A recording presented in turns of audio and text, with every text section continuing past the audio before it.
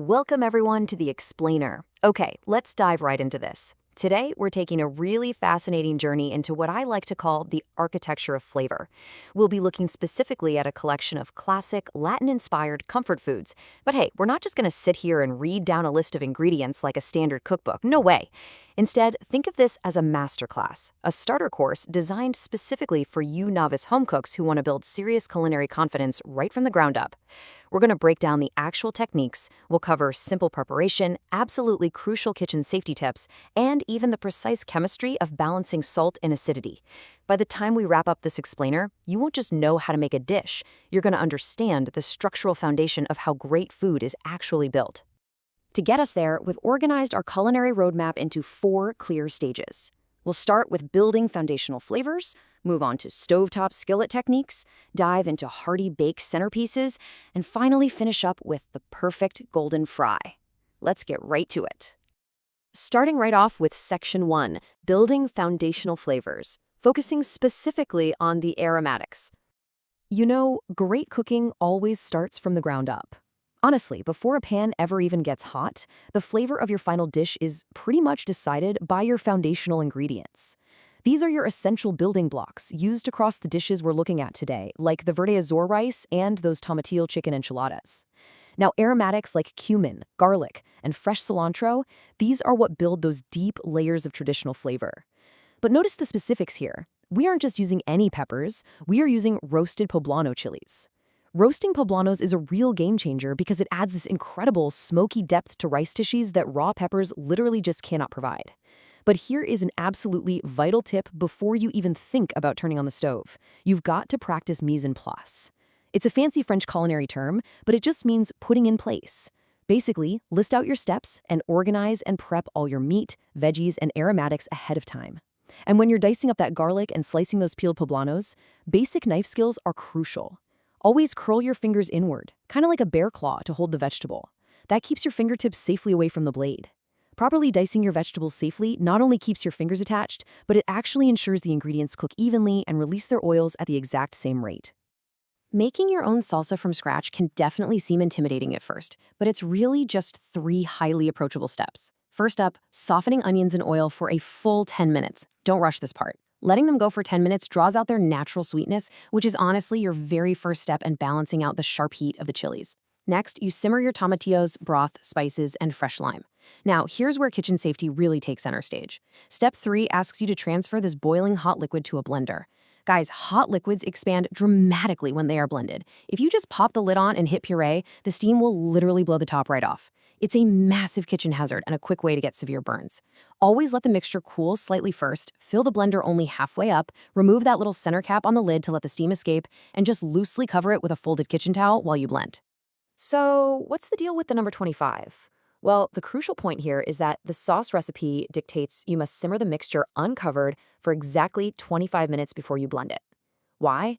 Because simmering it uncovered allows the excess water from the broth and tomatillos to evaporate. This 25-minute window is the precise amount of time you need to perfectly concentrate the bright acidity of the tomatillos and the fresh lime juice. If you cover it, it just stays watery. If you only simmer it for 10 minutes, the flavors stay completely disjointed. Time and evaporation, you see, are just as much of an ingredient here as the salt and the cumin. Okay, moving on to Section 2, stovetop skillet techniques, where it's all about controlling the heat. The stovetop is really where we build crucial texture before a dish ever sees the inside of an oven. A perfect example of this is the verde azor recipe. The big secret here is a really quick stovetop technique, toasting the raw white rice in olive oil inside a cast iron wok for exactly 2 minutes until it becomes opaque. And you do this long before you add the vegetable broth. It's basically a structural trick. Toasting the grains essentially sears the outside of the rice, locking in its physical structure. So when you finally do add your broth and those deeply flavorful roasted poblanos we prepped earlier, the rice absorbs the liquid without turning to complete mush. It maintains a distinct, pleasant bite. It's all about timing and heat control, you know? Knowing exactly when to let the hot oil do its work before introducing the water.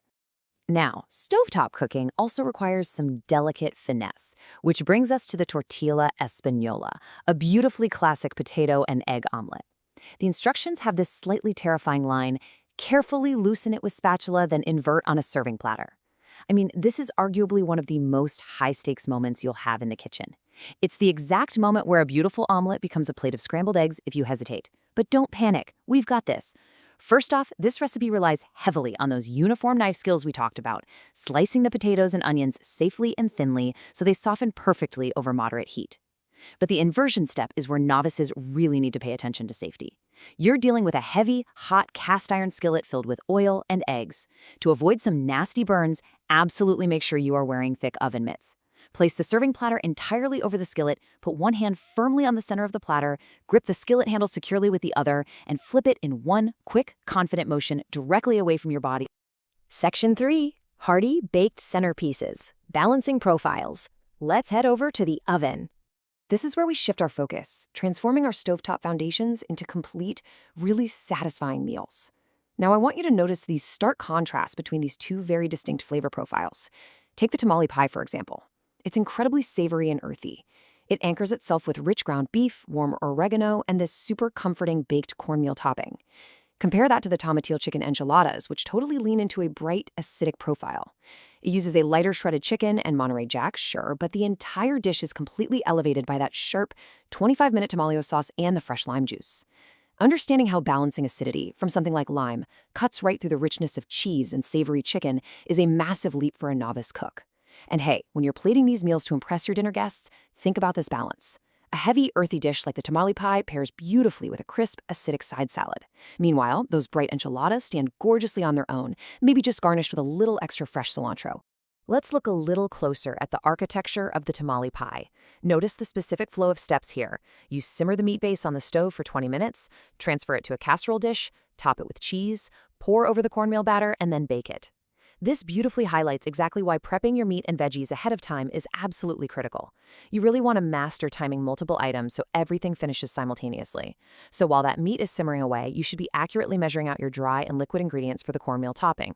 Remember, in baking, unlike stovetop cooking, accurate measurement is completely non-negotiable. Use your glass or plastic liquid measuring cups for your milk and oil, and use metal or plastic dry measuring cups leveled off perfectly at the top for the cornmeal and flour. Doing this guarantees that the batter will perfectly crown that savory meat below once it hits the 375-degree oven. And finally, Section 4, the perfect golden fry, achieving the crunch. Frying introduces the absolute ultimate texture into a dish, but it's also where kitchen safety is most paramount. You have to be careful here. Notice how specific the oil specs need to be depending on what you're making. For tostadas, we only need about a quarter inch of oil sitting at 365 degrees Fahrenheit to crisp up those corn tortillas. But for sopapillas, which are these delightfully airy fried dough squares, we need a standard, much deeper frying depth. Now, here's how you avoid common kitchen hazards and burns while safely handling hot oil. Never, ever drop ingredients straight down into the pan. Always gently lay the tortilla or the dough into the oil facing away from you. That way, if the hot oil happens to splash, it splashes toward the back of the stove, not onto your arms or hands. Keep a really close eye on the visual cues, too. We are looking for a perfect golden brown. Once you achieve that, always have a paper towel-lined plate ready right next to the stove to immediately drain the excess oil. That's the secret to keeping the final dish delightfully crunchy rather than heavy and greasy. To get that absolutely perfect puff on the sopapillas, your dough prep has to be incredibly precise. Again, accurately measuring your dry ingredients, like 4 exact cups of sifted flour and precise spoons of baking powder, is critical here. You'll cut in the shortening until the mixture gets crumbly, gently add your water, and then knead it just 10 to 15 times. You really don't want to overwork it. But take a good look at step 3. Cover and let stand for 20 minutes. Just like that 25-minute simmer we did for the tomatillo sauce, this 20-minute resting period is essentially an active ingredient. It actively allows the gluten in the flour to relax. If you try to jump the gun and roll this dough out into those 1/8 inch thick squares immediately, it will literally snap back like a rubber band and fry up incredibly tough. Patience here equals perfection.